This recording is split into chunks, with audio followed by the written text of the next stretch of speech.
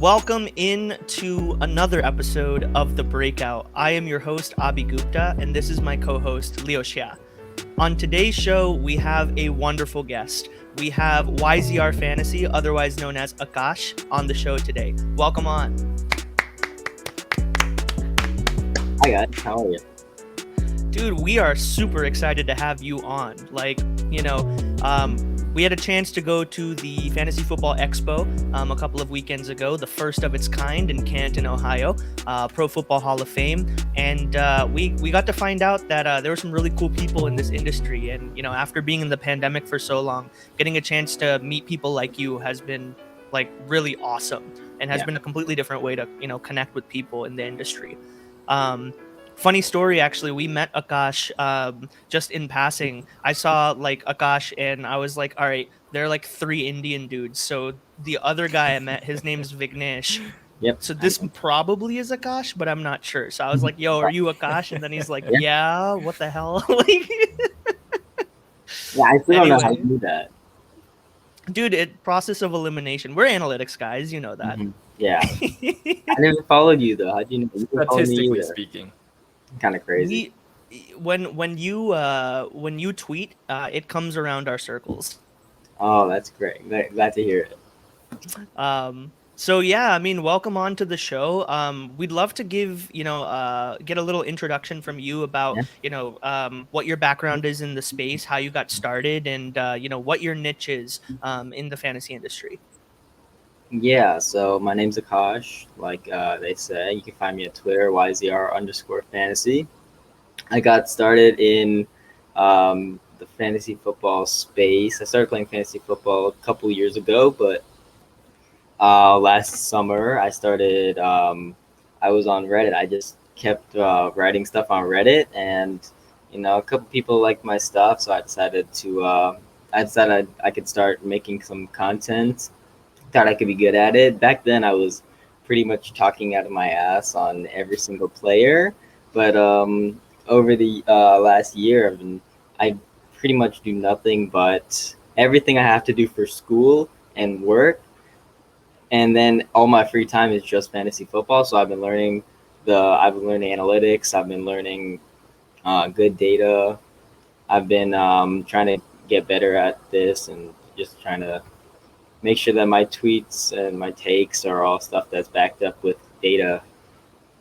So that's that's what my niche is pretty much. I make tweets, I make content for people that like data, who like listening to a process. I apply the same mindset to pretty much every player, or at least I try to. So from there, I don't have players that I like. I have a process that tells me which players to like for what reasons. That way I can give actual reasons for why I like players. And so you had just started college, right? So you're pretty young and you've already established this pretty nice community on Twitter. Yeah. How do you manage being a student, and then also I see you literally responding immediately to a bunch of tweets. How do you manage those two things? Always on my phone, I'm just typical Gen Zer, I guess. I'm always on my phone. I have started college, but classes don't start for another week or so, and so I'm just always on my phone. I don't have time to make a lot of content right now. I'm making it when I get home around 10ish. That's when we're recording right now. But I respond to a lot of people. I like debating on Twitter. I hope I'm good at it. I think I'm good at expressing my argument and giving reasons for my arguments. And yeah, I try to produce some content. I make video content, I make article content, and all of it I try to incorporate stats. I try to put, I use spreadsheets. I try to put those in as graphics, and just trying to bring some more. I like math. I try to bring some math into fantasy football, because it's really just, you try to score points to win. So, everything's rooted in math pretty much. Who would you say in the space is your closest comp? If players coming out of college, we find a pro comparison. Who would be your comp in the fantasy industry?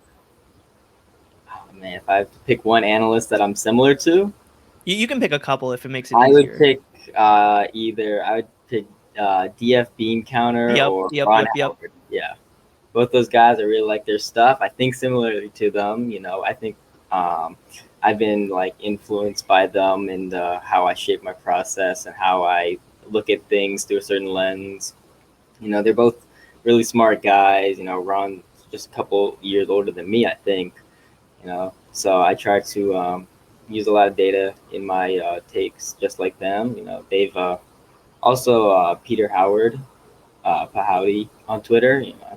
I've he's taught me some things in his Discord. He's taught me some like good stuff to look at, what's important, what's not important, which is really important because there's a lot of data out there that just doesn't matter. Yep. So it's important to really sift through a bunch of things to get to what really matters. So it's interesting that you're on the show with us because I would say that your background and your niche really fits with us. And your pro comp was actually our first pro interview on this channel.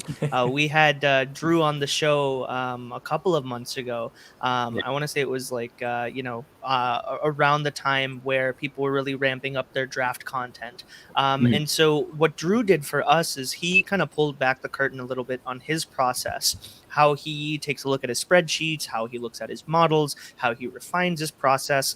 Would you be able to provide us a little bit of a, peeling back the curtain, what your process actually looks like? Yeah, sure, definitely I can. Different players, different positions, I have different outlooks. I can admit I'm not the best at quarterback evaluation, like especially for rookies and stuff. So for rookies, I just look for rushing upside pretty much and like draft capital. But then once they're in the NFL, I can get a sense of whether they're good or not, basically, because it only takes a couple years for the bad ones to be rooted out. And from there, I just chase volume, I chase rushing, and I don't focus too much on touchdowns because I know that where passing volume comes, passing touchdowns follow. So a guy like Aaron Rodgers, really high touchdown rate last year, you can expect regression, right? That sort of stuff.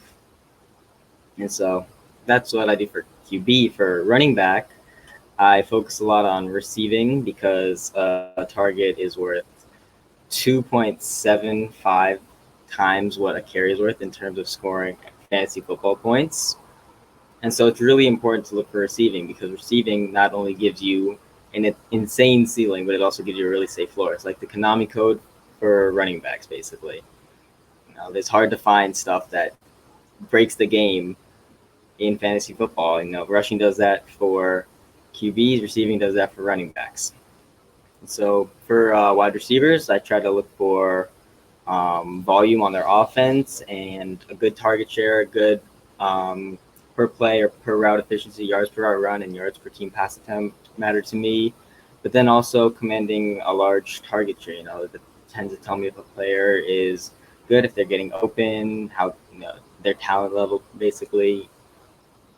And then for tight end, very similar to wide receivers in that you want to look for high target shares, you want to look for high volume offenses, but then you also want to, I've learned this from people on Twitter, you also want to fade blockers a bit because they tend to get less looks in the passing game because they're asked to block more. Would you say in your process, you probably value receivers then a little bit more than the consensus? And I would probably also say that you have a higher valuation of what people would call like tier 2 and tier 3 wide receivers compared to tier 2 and tier 3 running backs. Definitely. Where would you say that line crosses? So let's say, we consider, I don't know, you're a Diontae super fan, right? So Diontae, I think we would say he's not in the Tyreek Hill tier, but he is probably like a tier 2 type of receiver. Yeah. I would put him in tier 3. Yeah. Go ahead.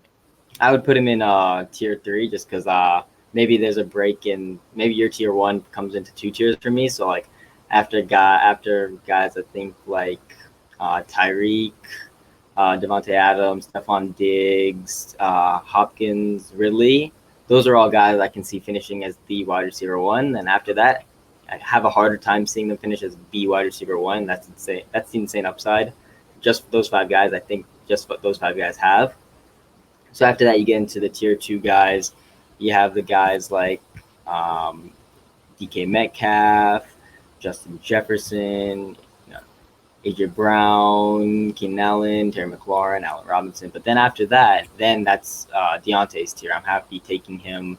That the tier with Robinson, McLaurin ends around the middle of the 3rd round typically, and so Diontae Johnson's in the tier after that. So if you want to take him as high as the 4th round, that's cool because that's the tier he's in. There's not a huge difference between him and the other receivers in that area. And for Diontae, you're chasing a high volume wide receiver. There's nothing wrong with seeing a lot of volume for wide receiver. Yeah, that makes total sense. So I kind of want to touch on something that you mentioned previously, and you mentioned that quarterback is kind of the hardest position to evaluate, and NFL teams pretty much mess up on this all the time, right? You can see like Mitch Trubisky being drafted, it's like 2nd overall, etc. Exactly. Yeah. So when you're looking at quarterbacks and you're looking at, I guess you're particularly looking at the Konami code, right? Like, does this quarterback have rushing ability? Mm-hmm. Does draft capital play into your process at all? Like, we see like for running backs and wide receivers, draft capital is pretty decently significant. Yeah. Does draft capital play a role in your quarterback evaluation? At what point of their career? As a rookie. Yeah. So let's say looking at this year's NFL draft, you got like Zach Wilson going to, but you got Fields going 11 to the Bears. Mm-hmm. So are you saying where do I have them ranked as rookies? Yeah. Does that 2nd overall draft capital play a significant role for you?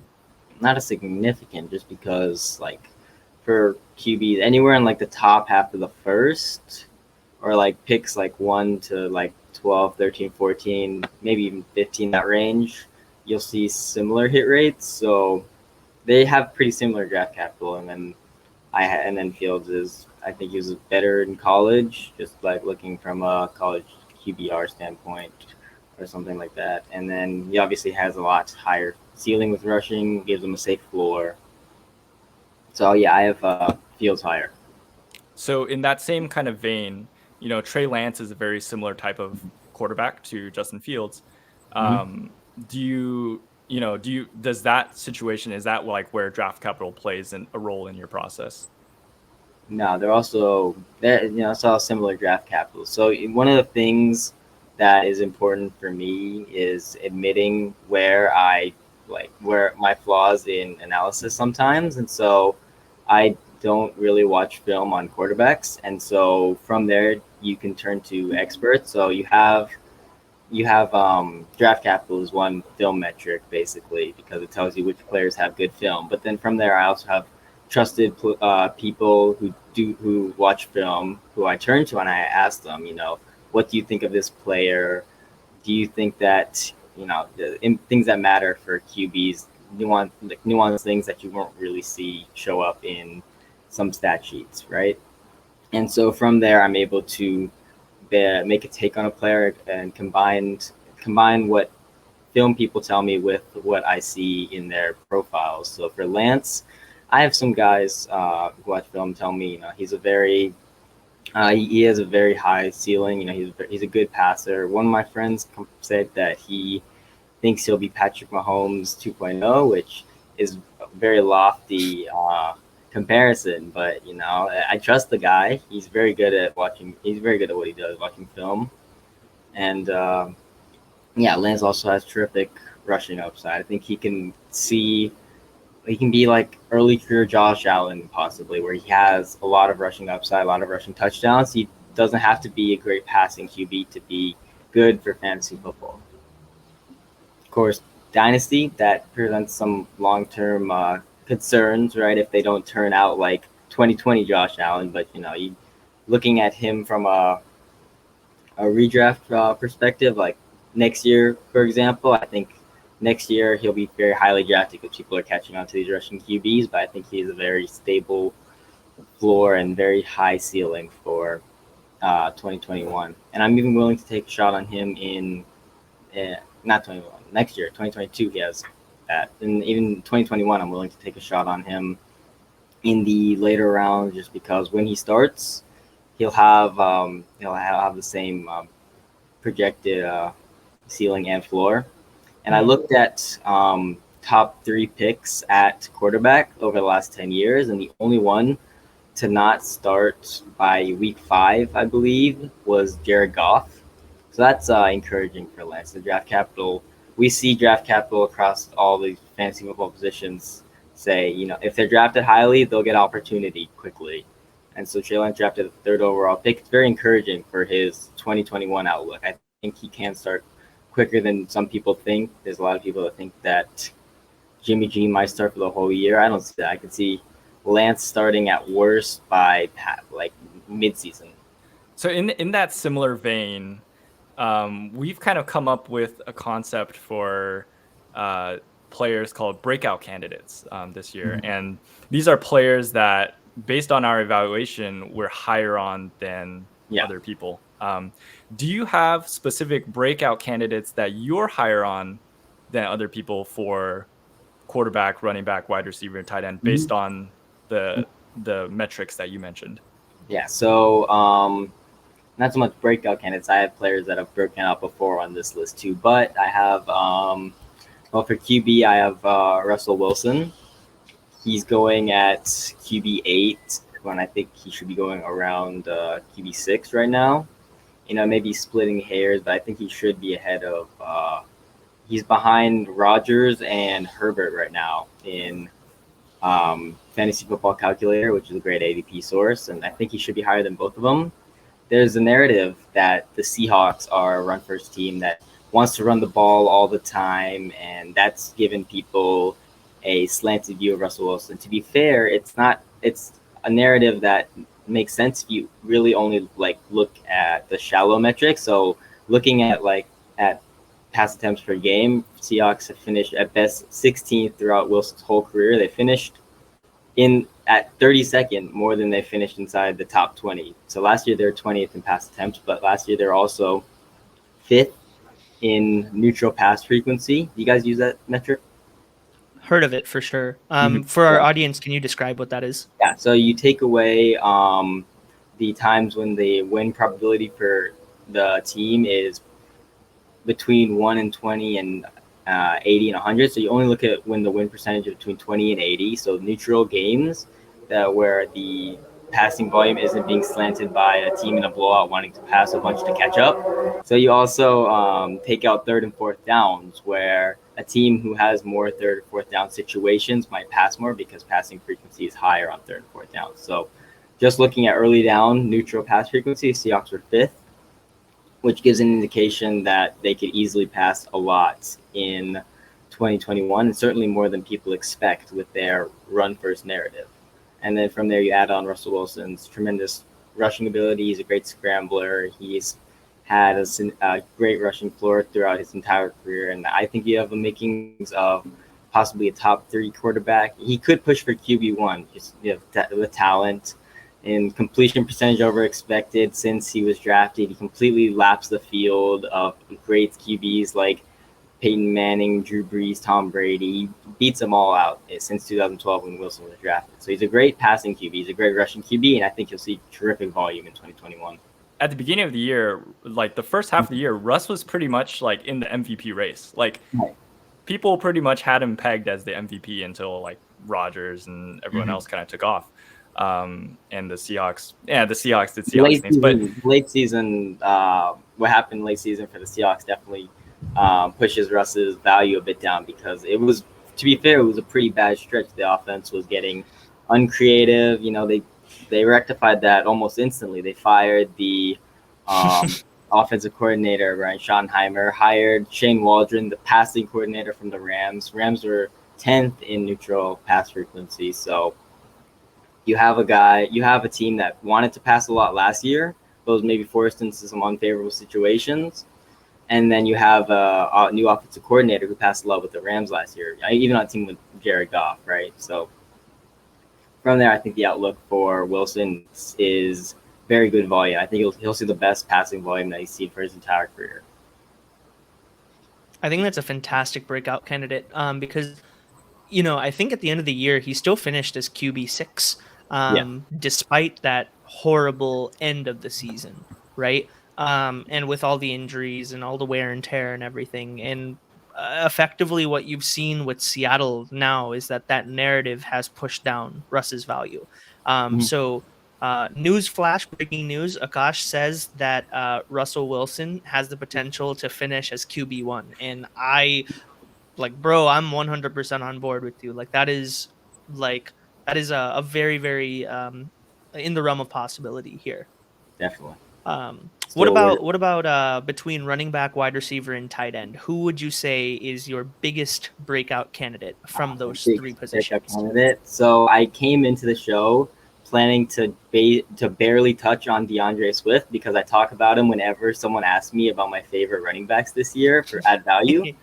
But then on the show notes, I wrote basically multiple paragraphs on DeAndre Swift. So I'm just going to talk about him instead. So So his value right now in Fantasy Football Calculator is at 310 at the end of the third round in 12-team leagues, which is, I think, absolutely crazy. He's going at RB 18, which I think is also absolutely crazy, going after guys like Dobbins, CEH, think after Carson and Montgomery, which I think definitely is a bit egregious for a player like Swift. So last year, DeAndre Swift finished as the RB16 in 13 games. He saw 114 carries, 57, I believe, targets, around 13% target share. And from there, you have a projected sophomore leap. He'll be the starting running back all year. So he'll lead the team in rushes, right? And then from there, you can see his target share jump up from around 13. You can see it jump into 15, 16, 17 range. And then from there, you're into target range. You're seeing target shares of guys like Nyheim Hines and J.D. McKissick, right? But then you're also seeing more rushing work than those guys have ever seen. So from there, you're seeing a lot of weighted opportunities in DeAndre Swift, who I think should see 200 carries. If healthy, you'll see around 200 carries. I could see 250 in the realm of possibilities if they use him well. And I think you'll also see 80-plus targets. And that gives you an elite ceiling. I think you'll also see the goal line work.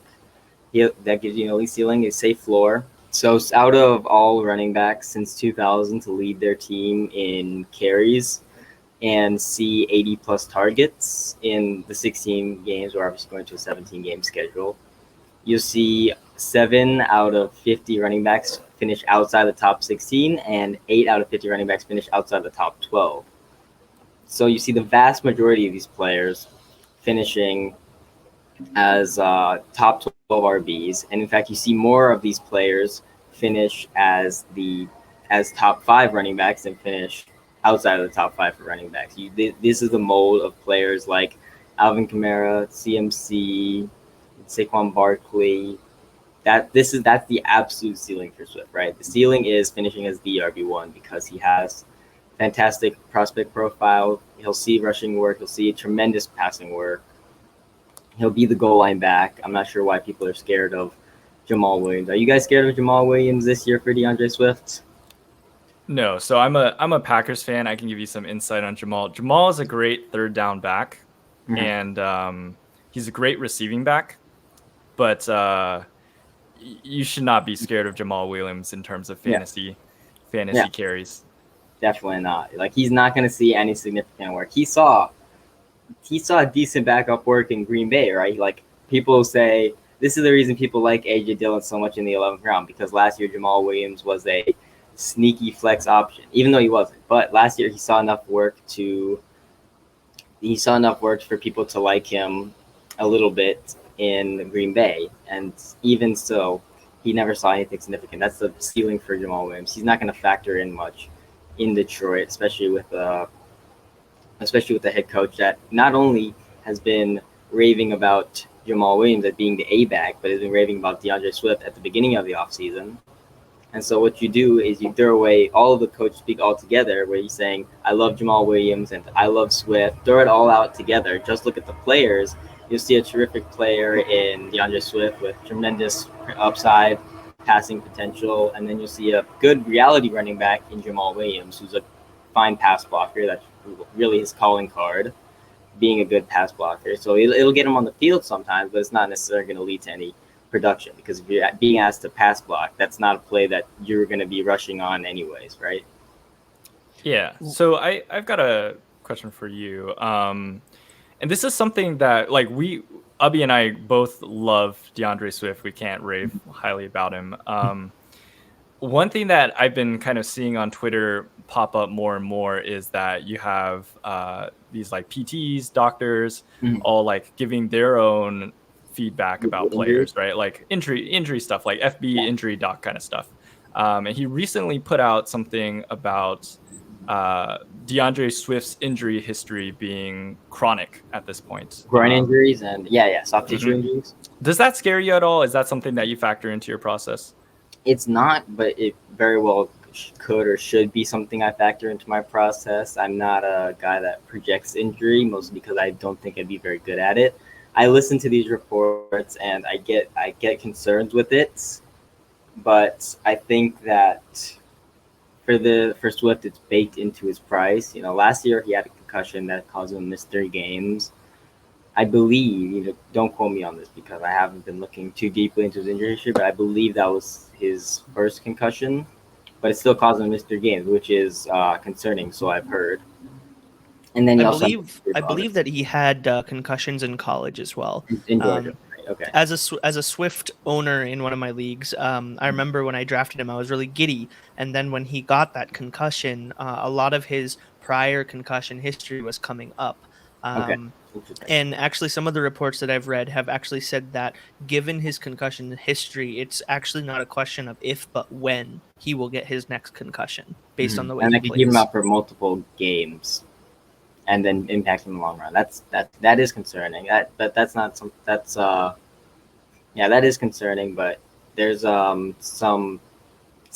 think there's some risk like baked into his price, right? You're getting him at such a low price relative to where I think he should go, that I think I'd still take him in that range. I still probably take him higher than that range. Just looking at the player and not at the injury history, I have him probably top 12 right now. I'm not done finalizing my ranks, but he's definitely creeping up there, and I love the player. I love the talent. Should he stay healthy, I think he should be a fantastic breakout in 2021. Well, that was a really good introduction into your process. And again, if you, resonate with Akash's process, or you want to learn more about, how he evaluates players, follow him on Twitter. We can attest he's active on Twitter, always posting stuff. And as we are getting ready for the season, we have a lot of camp battles and camp questions that have been arising, especially as we are entering the final week of the preseason. And so as a Patriots fan, I have a vested interest in figuring out what the hell is going on in Foxborough. We saw the game against Philadelphia.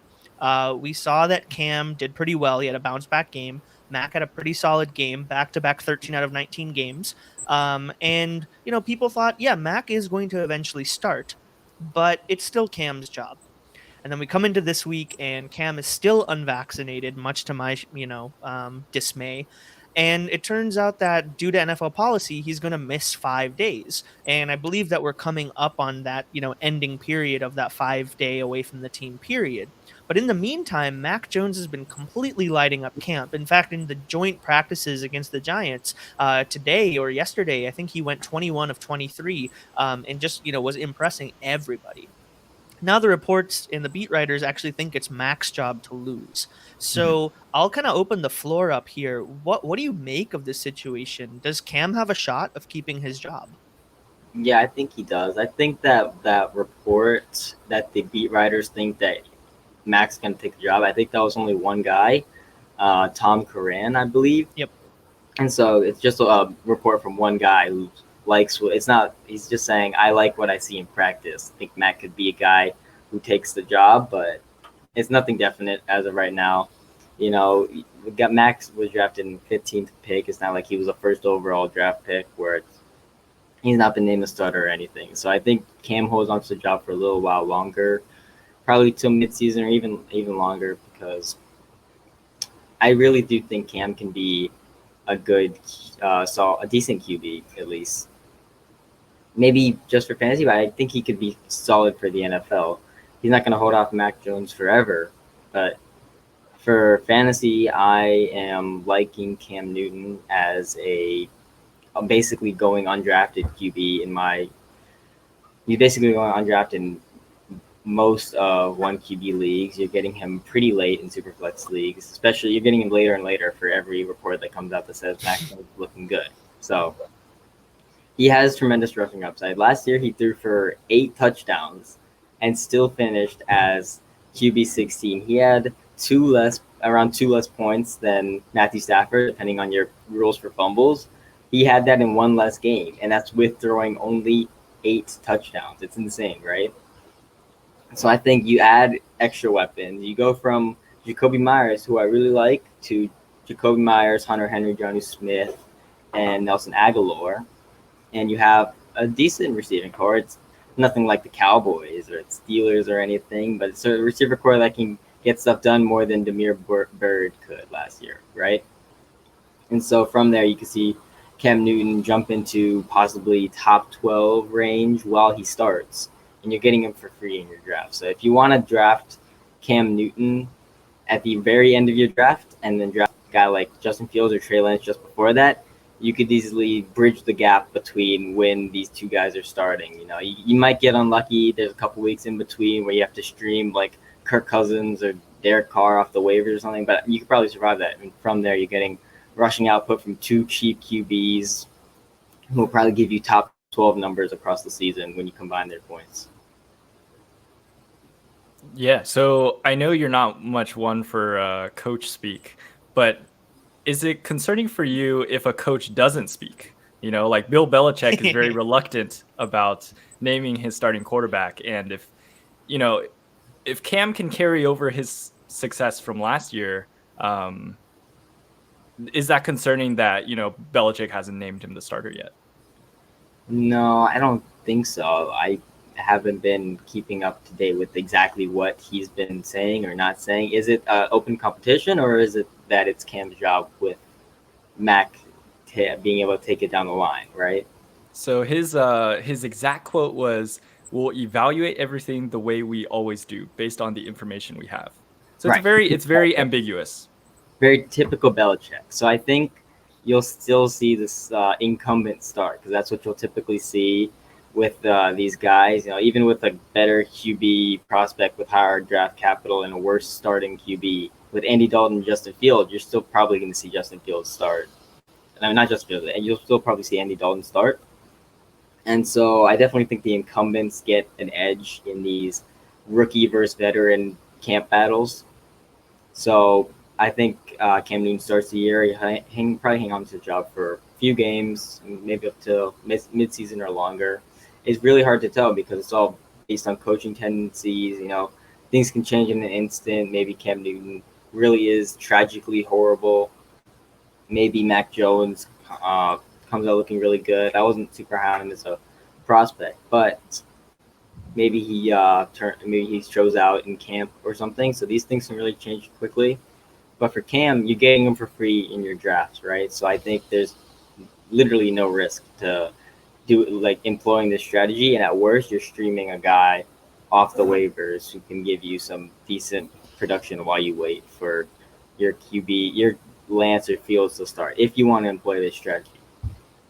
So it seems like you're saying, Cam, don't really anticipate him having super upside, and don't also pay for him. But, if you can get him at a super cheap price off waivers or towards the end of your drafts, he's worth it. Right. Now Waivers that's because, okay. right. And I think that's pretty reasonable considering that we think that his shelf life is coming to the end in the NFL as a whole. He probably won't start anywhere after New England. But even if he does, it's going to be like what I foresee is like a Tyrod Taylor type of thing where he's just going to bad teams to be a bridge quarterback. Now, but what he is I'm around really 30 plus, right? 31, 32. he's 31, yeah.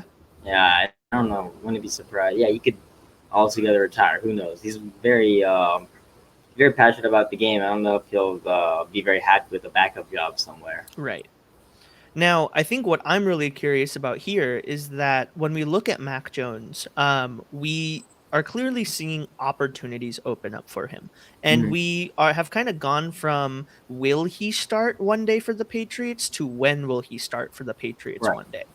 And I'm very curious to see, what do you think his upside is? And today, if you were doing a super flex draft, what price would you feel comfortable paying for Mac Jones? Where would you like to draft him? Yes, I think the question for Mac has always been when will he start? Because he was still drafted he was drafted in the first round, so he's definitely going to get the start at some point. It probably should be this year. You won't see many first round QBs not start at all in their rookie year. Guys like Mahomes and Rodgers. That's pretty much it, right? But from there, you also have a lot of good QBs who started all the games in their rookie year or half the games.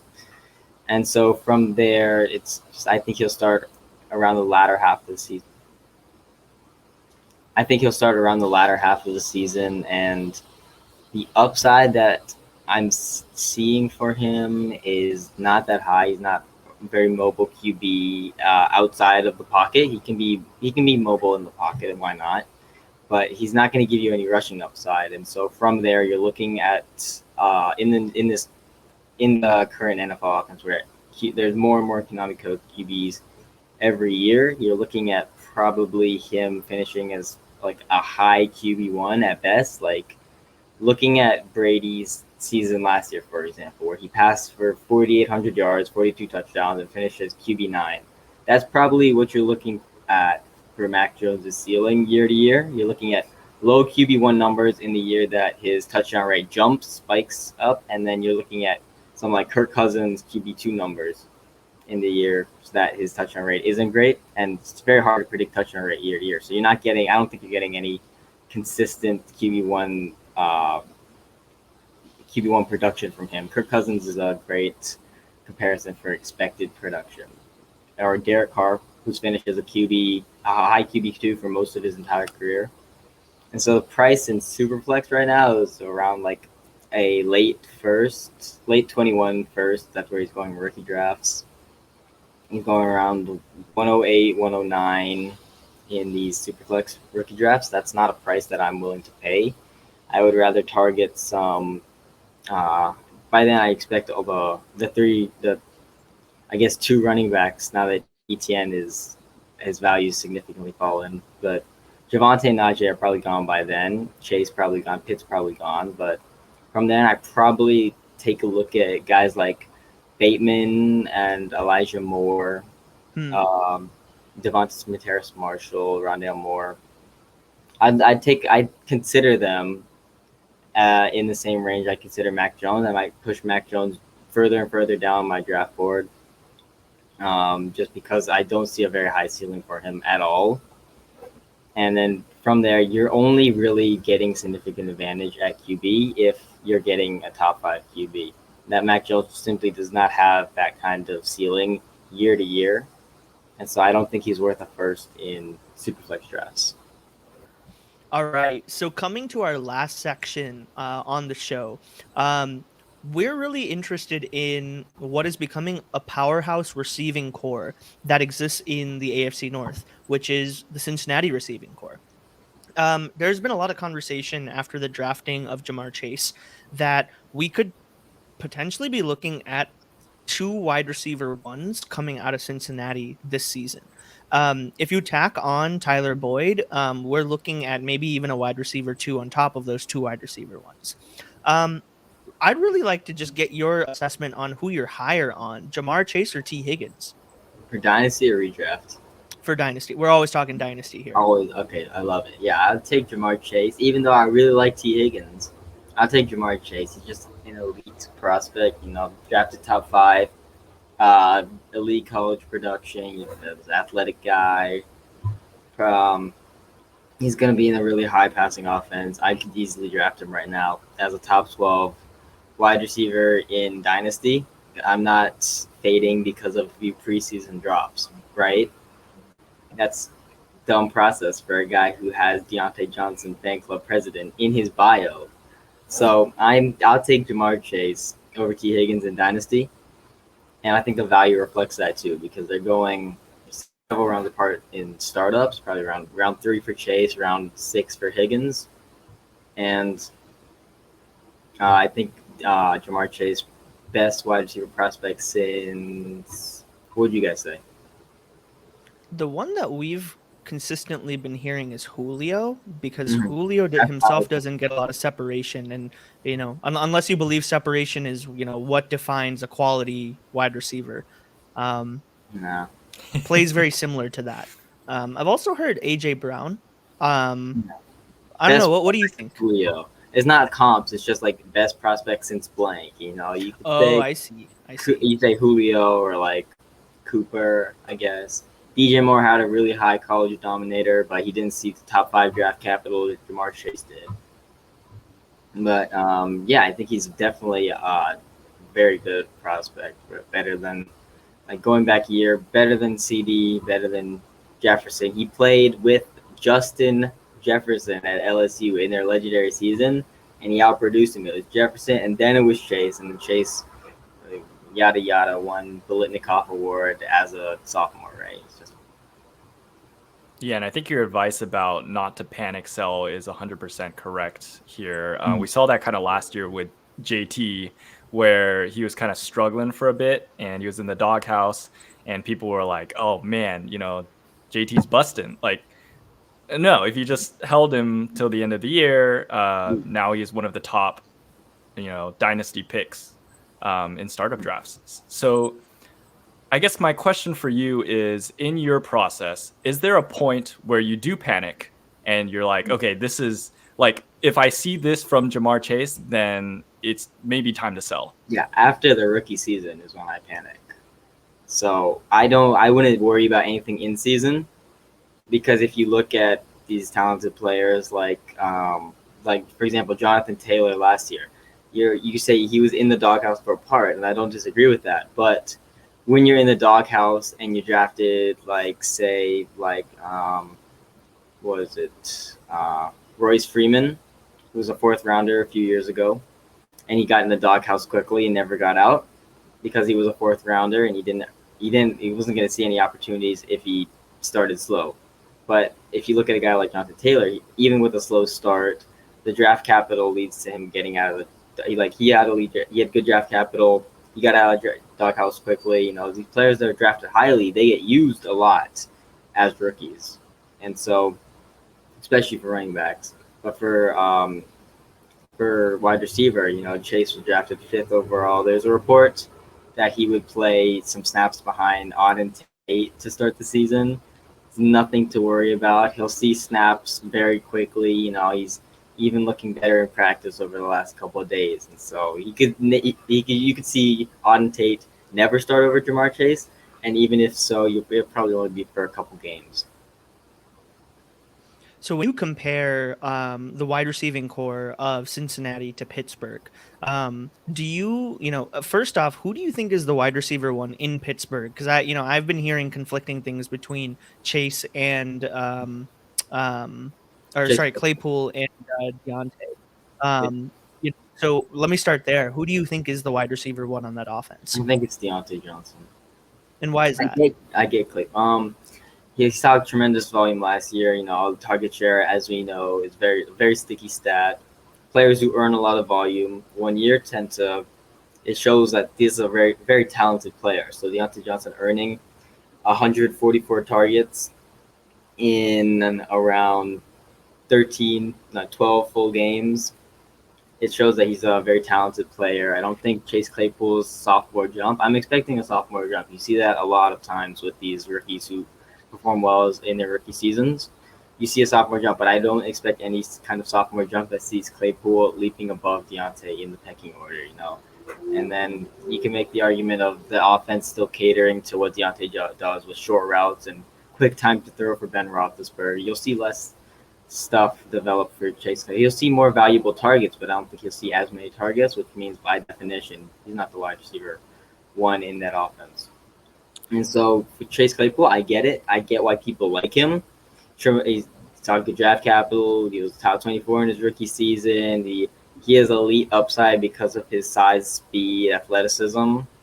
And so there's definite upside. I just don't think that he'll hit it in this year with Diontae Johnson still being the wide receiver one there.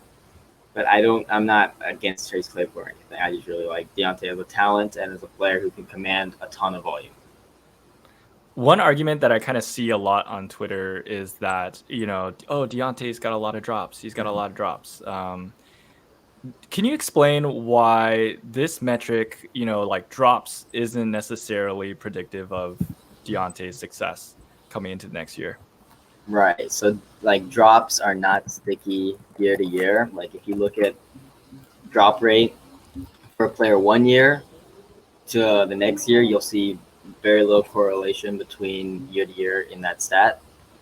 And if you're going to fade Diontae Johnson because of drops, you got to fade players like CeeDee Lamb, Jerry Jeudy, DK Metcalf, their drop problems are being completely ignored, even though they had similar drop rates to Diontae Johnson last year. Diontae Johnson, most of his drops came in a small time frame around 11, 12, 13 last year. And so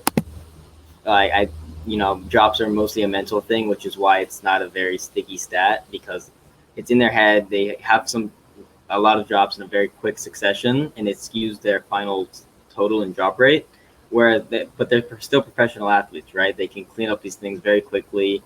They can improve very fast, and you'll see that's why you see drop rate not being very sticky year to year, because drops, they don't matter for these professional athletes who improve just like that, basically. So even after Diontae had some drop problems in weeks 12, 13, 14, he was benched in the week 14 game against Buffalo. He only saw 47% of snaps, right? And during that game, I tweeted, Diontae Johnson will bounce back, and I have that as my Twitter header. And then the game after that, he had 13 targets, he had 20 points, and the game after that, he saw 14 targets, and he had 21 points in that game. So you'll see that for a reason, that Diontae drops will not take him off the field, because even after getting benched for drops, he was right back out there the next week, and the week after that, making plays and scoring massive upside for your fantasy football team. All right. Thank you so much, Akash, for coming on to the Breakout.